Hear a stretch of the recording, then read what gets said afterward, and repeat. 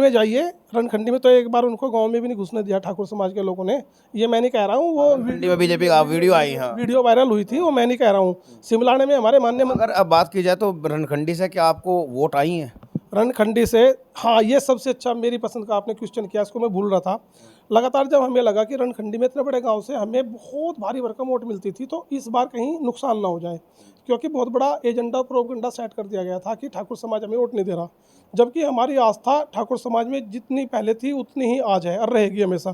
क्योंकि मेरा शुरू से मानना ये था, जब भी कोई पूछता था कि 80-85-90% ठाकुर हम लोग लेके जा रहे हैं, और बिल्कुल निश्चित आंकड़ा भी वही रहा, 80%, 75 या 80% वोट हमें ठाकुर समाज का मिला।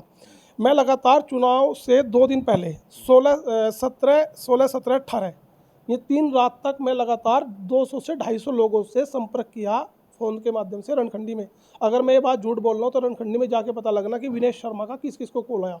सब लोगों से बात हुई, कुछ की थोड़ी सी नाराज़गी थी, किसी विषय को लेके होती हैं थोड़ी बहुत, कि जी वो हमारी शादी में नहीं आ पाए, ये वो, कई बार नहीं जाना हो पाता है, छोटी छोटी शिकायत थी। लेकिन आखिर उनकी इतनी बड़ी कोई शिकायत नहीं थी राघव जी से, जिसका कोई भी, बल्कि वो लोग नाराज़ थे कि आप चुनाव में हमारे यहाँ पे क्यों नहीं आए, आपका कोई विरोध ही नहीं होना था। और यहाँ तक आगे अगर विरोध है तो ब्रजेश जी का है, राघव जी का रणखंडी में कोई विरोध नहीं है। तो वहाँ से वोट आई हैं आपके पास में, जो अगर मैं हाँ बिल्कुल, एक्चुअली क्या है, जब आप देखोगे ना पिछली बार का ट्रेंड देखोगे कि वोट यहाँ से हमें इतनी मिली, इस बार ज़्यादा मिली। हुआ क्या, जहाँ जहाँ पे भी हमारी थोड़ी थोड़ी वोट हिंदू इलाकों से कट गई ना, उसके साथ में वहीं पे ही दलित वोट जो इस बार ट्रेंड चला और पूरे उत्तर प्रदेश में वो चला गया उसको, गठबंधन को। तो उससे क्या हुआ, आंकड़ा डबल हो गया वोट का। आपको दिखेगा ठाकुरा गांव में देखो, जहाँ 500 वोट होती थी पहले गठबंधन की, इस बार 1000 है, लेकिन वो उसमें 500 इसलिए जुड़ गई कि वो दलित वोट का जो ट्रेंड चला वो उधर चला गया। दूसरा में सबसे बड़ा नुकसान थोड़ा सा ये हुआ, कहीं ना कहीं एक एजेंडा सेट करके बहुत बड़ा प्रोपेगेंडा चला गया कि ठाकुर नाराज, ठाकुर विरोध, तो कहीं ना कहीं उन प्रचार प्रसार से हमारा ठाकुरों का वोट प्रतिशत कम हुआ, जिसका हमें नुकसान हुआ। और सबसे बड़ी बात, मैं जातिवादी नहीं हूँ। मैंने कभी, आप सोशल मीडिया प्लेटफॉर्म पे आप मुझे कभी भी मुझे फॉलो करोगे या मुझे देखते होंगे, मैंने कभी भी जाति के आधार पे मैं कभी बात नहीं करता। मैं अपने आप को हिंदू मानता हूँ, हिंदुत्व विचारधारा के साथ चलता हूँ। लेकिन पहली बार मैं आहत हुआ हूँ, क्योंकि इस ज़िले के अंदर, मैंने प्रदेश का नेता नहीं हूँ, ज़िले में मैंने अपने देखा जो जाति जाति का खेल चल गया है ना, ये विधानसभा में बहुत बड़ा नुकसान कर सकता है। और इस जाति के खेल में कहीं ना कहीं मैं नहीं चाहता, लेकिन थोड़े से, मैं भी समाज का आदमी हूँ, मेरा भी दिल दुखता है, मैं भी ब्राह्मण समाज से आता हूँ। जहाँ तक मैंने महसूस किया कि हम लोग देवबंद विधानसभा से, मैं किसी जाति को गलत नहीं बोल सकता, मैं किसी नेता को गलत नहीं बोल सकता, मैं इधर उधर हर विधानसभा की बात नहीं करूँगा, मैं वहाँ की बात करूँगा जहाँ पे हम संख्या बल में हैं। अगर पंजाबी समाज सहारनपुर में पंजाबी समाज के टिकट की दावेदारी करता है, मांग करता है, क्योंकि उनकी संख्या है। हमारी ब्राह्मणों की और त्यागियों की सबसे बड़ी संख्या अगर कोई है तो वो है सिर्फ और सिर्फ देवबंद। और देवबंद से मैं पूरे जोर शोर से, क्योंकि मैं भारतीय जनता पार्टी का सिपाही हूँ, भारतीय जनता पार्टी को मैं अपनी माँ मानता हूँ, मेरी माँ, भारतीय जनता पार्टी मेरी माँ, मेरे विचारधारा को, मेरी इस निवेदन को ग्रहण करेगी, स्वीकार करेगी और हमें प्यार आशीर्वाद देगी। हम लोग आने वाले 2027 चुनाव में पूरी जोर शोर, पूरे दमखम के साथ, पूरी मेहनत के पास, पूरी क्षमता के साथ भारतीय जनता पार्टी के से रिक्वेस्ट करेंगे कि अभी तक वहाँ पे गुज्जर समाज से भी विधायक रहा है और देवबंद से ठाकुर समाज से विधायक रहा है। और मेरा मानना यह है कि जितनी वोट वहाँ पे ठाकुर समाज की है, उससे कहीं ज़्यादा या उसके आसपास या उससे ज़्यादा ब्राह्मण त्यागी समाज की है, और जितना उतना ही लगभग गुज्जर समाज का वोट है। तो जब हमें कभी उस सीट से प्रतिनिधित्व नहीं मिला, हमें मौका नहीं मिला कि हम सेवा करें वहाँ पे हमारा समाज देवबंद विधानसभा में, तो मैं पूरे जोर तोड़ तरीके से वहाँ पे त्यागी समाज के लिए चुनाव की टिकट की मांग करता हूँ। देवबंद की अगर देखी जाए, अच्छा एक चीज़, सर एक्चुअली जहाँ हमारी संख्या होती है ना, हम वहाँ के लिए मांगेंगे ना। जहाँ हम 10,000 हैं तो हम वहाँ अनाप शनाप मांग क्यों रखें ये। अच्छा, पहले चुनाव से पहले कहा गया कि ये राघव की कहाँ सहारनपुर में इतनी वोटें हैं उनकी, जातिगत अगर देखी जाए। अगर आप सहारनपुर लोकसभा की जातिगत आंकड़ों की बात करेंगे, पहले तो बात, मैं जाति में जाता नहीं, क्योंकि जाति के आधार पर राघव को टिकट नहीं मिला, हमारी आवाज़ के अनुसार राघव को टिकट नहीं मिला। सर्वे समाज से राघव लखनपाल की लोकप्रियता थी। सर्वे समाज ने राघव लखनपाल को टिकट मांगा। पूरे ज़िले की आवाज़ ये थी राघव लखनपाल को टिकट मिलेगा तो वही सीट को निकाल सकता है। तो मैं सिर्फ ये नहीं कहता कि हमारी जाति के आधार पे हमारे कहने से या हमारे रिक्वेस्ट पे उनको टिकट मिला है। फिर भी जब आपने जाति की बात की है, क्योंकि मैं जाति से बाहर नहीं हूँ, ब्राह्मण हूँ, अगर आप जाएंगे तो मेरे आंकड़े से 30 से 35 हज़ार से भी ज़्यादा वोट तो हमारी नगर नगर में ही हैं। अगर आप पूरी लोकसभा में जाएंगे तो हम 1 लाख का आंकड़ा पार करेंगे। अगर आपने और त्यागी और ब्राह्मण मिला के अगर आप बात करेंगे, मुझे लगता है कि हो सकता है मेरा आंकड़ा थोड़ा आगे पीछे रह जाए, लेकिन फिर मैं मानता हूँ 1.5 लाख के आसपास हमारा पूरी सहारनपुर के अंदर कम से कम हम त्यागी ब्राह्मण समाज के लोग हैं। अच्छा, एक चीज़ और देखे जाए, जैसे कि चुनाव से आने से पहले अगर बात की जाए, देखिएगा सैनी समाज का कह रहे थे कि विरोध कर दिया गया। सैनी समाज के जब इतने बड़े बड़े मंत्री, इतने बड़े बड़े सब चीज़ सैनी समाज के इसमें आई, बाद में जो बचे थे धर्म सिंह सैनी वो भी आ गए, और साहब सिंह सैनी आए जो सहारनपुर में रहने वाले हैं, और महेंद्र सिंह हैं, और काफ़ी सारे जसवंत सैनी हैं। इतने बड़े बड़े चेहरे बीजेपी के अंदर, विपक्ष के पास कोई ऐसा चेहरा नहीं सैनी समाज का। फिर सैनी समाज क्यों इतना, मतलब जो भी खिसका खिसका क्यों? देखिए, अगर खिसकने की बात करोगे तो पूरे हिंदू समाज में से ऐसी कोई बिरादरी नहीं है जिसमें से थोड़ा थोड़ा वोट नहीं खिसका, चाहे वो कोई भी बिरादरी है। मैं नाम लेके नहीं जाना चाहूँगा, 1%, 2%, कहीं 5%, कहीं 10%, इतना हुआ है। लेकिन हमारे जो सैनी समाज है, सैनी समाज ने भरपूर प्यार और आशीर्वाद दिया। और जो आप सैनी समाज की नाराज़गी की बात कर रहे हो, उसका प्रभाव ज़्यादा कैराना सीट पे रहा है, सहारनपुर सीट पे नहीं रहा है। और दूसरी चीज़, धर्म सिंह सैनी को अगर पार्टी ने तो लेना ही नहीं चाहिए था। अगर लेना चाहिए था तो कम से कम 1 से 2 महीना पहले सहसम्मान उनको भारतीय जनता पार्टी में ज्वाइन कराना चाहिए था। यानी आप भी मान रहे हैं कि जिस तरह से लास्ट में जो ज्वाइनिंग हुई उसका इतना बेनिफिट नहीं मिल पाया, उससे पहले जो है होना चाहिए था इसमें। बिल्कुल होना चाहिए था। दूसरे आप नेता की जो लोकप्रिय नेता हैं दलित समाज के, उसकी भी आप शायद मुझे लगता है आपके मन में होगी। आप मुझसे पूछे, मैं उससे पहले आपको बताता चलूँ कि जो हमारे मुल्लू जी रविंद्र लो जी, ने जो यहाँ पर भी काफ़ी नुकसान हुआ। कोई नुकसान नहीं हुआ, मैं आपको बता रहा हूँ। वो पहले ही एजेंडा सेट हो चुका था। जितना भी ईसाई मशीनरी के लिए काम करते हैं, धर्म परिवर्तन जिन्होंने किया हुआ है, जो मठाधीश पादरी बने हुए हैं, या फिर भीम आर्मी का जो पहले ही गठबंधन हो चुका था, उन्होंने कई दिन से वो चुपचाप साइलेंट वार उन्होंने भारतीय जनता पार्टी के खिलाफ किया हुआ था राजनीतिक दृष्टि से। और उन लोगों ने संविधान बचाओ, संविधान बचाओ, संविधान बचाओ, अगर मोल्लू जी नहीं भी आते पार्टी के अंदर तो भी उनका ट्रेंड यही चलना था वोट डालने का, तब भी वही चलना था। लेकिन मेरा मानना है कि अगर रविंद्र मोल्लू जी आए हैं तो कम से कम हमें उनके आने से 5-7 हज़ार वोट का फ़ायदा जरूर मिला है।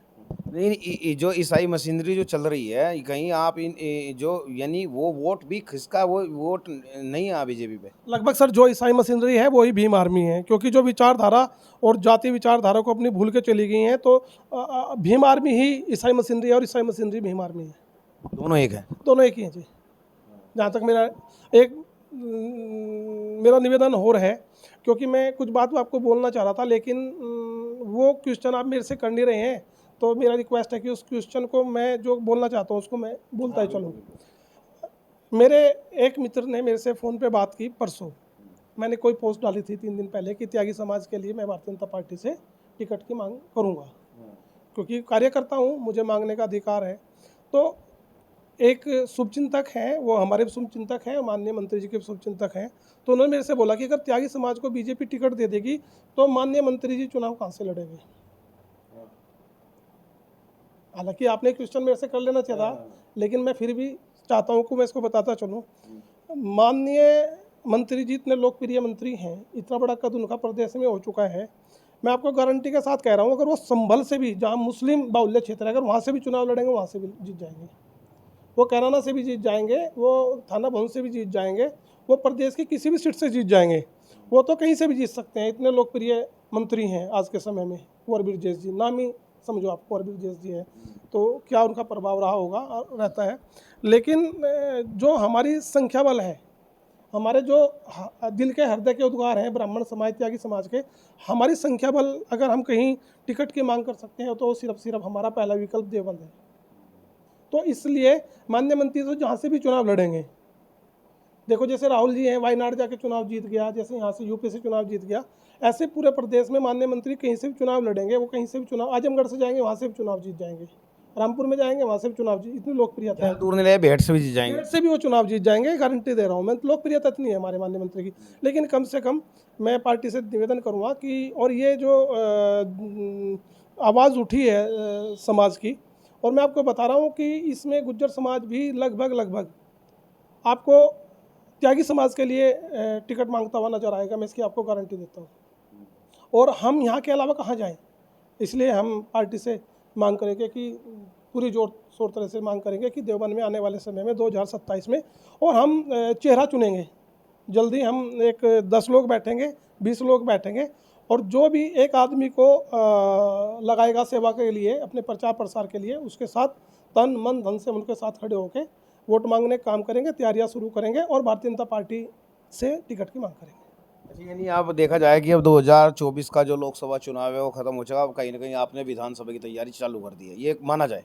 देखो सर, भारतीय जनता पार्टी जिस दिन कोई भी चुनाव को जीतती है, हारती है, उसके बाद उनका अगला टारगेट अगले चुनाव पे शुरू हो जाता है। तो हम भी भारतीय जनता पार्टी के सिपाही हैं, उसी विचारधारा से चले हैं। अगले चुनाव को टारगेट करेंगे, अगले चुनाव को भारतीय जनता पार्टी की झोली में डालने का काम करेंगे। अच्छा, कुछ दिखाया जा रहा है कि जिस तरह से ये बात की जाए तो जो नरेश सैनी हुए, जिस तरह से कह रहे हैं कि इमरान से पहले जुड़े हुए थे, इस तरह कहीं नज़र आया कि कहीं खिसकता बेड साइड में कोई नज़र आया सैनी समाज? आप यकीन नहीं करेंगे, नरेश सैनी जी ने जो काम किया है ना भारतीय जनता पार्टी के लिए, राघव के लिए, अभूतपूर्व है। क्योंकि मैं बेहट में हमेशा मैं राघव जी के साथ रहा हूँ चुनाव में, लेकिन आप निश्चित, मैं आपको कह रहा हूँ कि वो बंदा जब हमारे साथ रात को 1-1, 2-2, 3-3 बजे तक थक जाता था चुनाव में, बेड क्षेत्र या बिहारीगढ़ या छुटमलपुर साइड में, तो जैसे ही गाड़ी में हम रात को 12-1 बजे 2 बजे वापसी करते थे सहारनपुर के लिए, तो वो गाड़ी में बैठते सो जाता था, इतना थका हुआ था, इतना नरेश सैनी थका हुआ होता था। यानी ये खाली अफवाहें फैलाई जा रही हैं किस तरह? प्रोपगंडा है ये, एक जो प्रोपगंडा फोटो की राजनीति, फोटो को हटाओ लगाओ एजेंडे सेट किए गए ना, वही सेम एजेंडा अब सेट किया जा रहा है कि राघव के खिलाफ एक एजेंडा ऐसा सेट करो कि हम लोग सैनी समाज को गलत बोल रहे हैं, हम गुज्जर समाज को गलत बोल रहे हैं, ठाकुर समाज को गलत बोल रहे हैं। राघव लखनपाल सर्व समाज का नेता था, है और रहेगा। यानी अभी कुछ कह रहे हैं कि जो ये चुनाव चला गया तो अब राघव की राजनीति खत्म होगी, उसके लिए क्या कहेंगे? राघव वो नाम है, जब 2001 में उपचुनाव जीतने के बाद में जब वो अगला चुनाव हार गए, तो लोगों ने कहा कि पहला ही चुनाव एक बार थोड़े दिन के लिए रहे थे, जब माननीय विधायक जी नहीं रहे, उपचुनाव लड़ा, कि राजनीति खत्म होगी युवावस्था में। उसके बाद में फिर लगातार 3 बार चुनाव जीते नगर का, फिर सांसद का टिकट मिला। उसके बाद में कुछ बहुत भीतर घात हुआ, लोगों ने बहुत विरोध किया कि टिकट नहीं मिलना चाहिए, टिकट नहीं मिलना चाहिए। लेकिन केंद्रीय नेतृत्व के सामने ऐसी पृष्ठभूमि, ऐसी छवि है राघव लखनपाल जी की, 2019 में टिकट मिला। फिर उसके बाद में सबने मान लिया था कि राघव जी का राजनीतिक भविष्य बिल्कुल ख़त्म हो गया। लेकिन वो राजनीति करते हैं अपनी छवि पे, और राजनीति करते हैं अपनी मेहनत पे, और राजनीति करते हैं अपनी ईमानदारी पे, और अपनी राजनीति करते हैं अपनी सज्जनता पे। भारतीय जनता पार्टी ने पुनः उनमें आस्था और विश्वास जताया और 2024 में फिर टिकट दिया।